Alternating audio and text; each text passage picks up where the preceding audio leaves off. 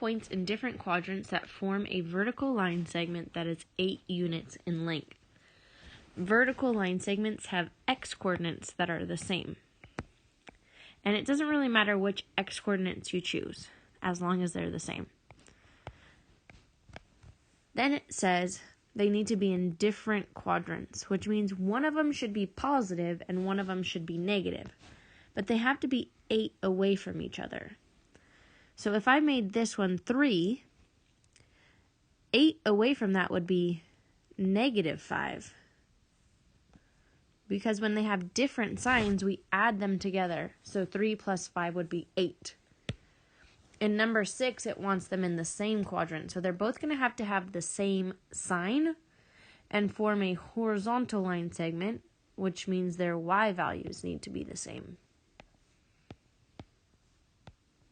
You can choose any number. I'm picking 2. And they have to be in the same quadrant, but 5 units away from each other. So I might choose 1 and 6. 1 and 6 are 5 away from each other. And since they're both positive, they'll be in the same quadrant.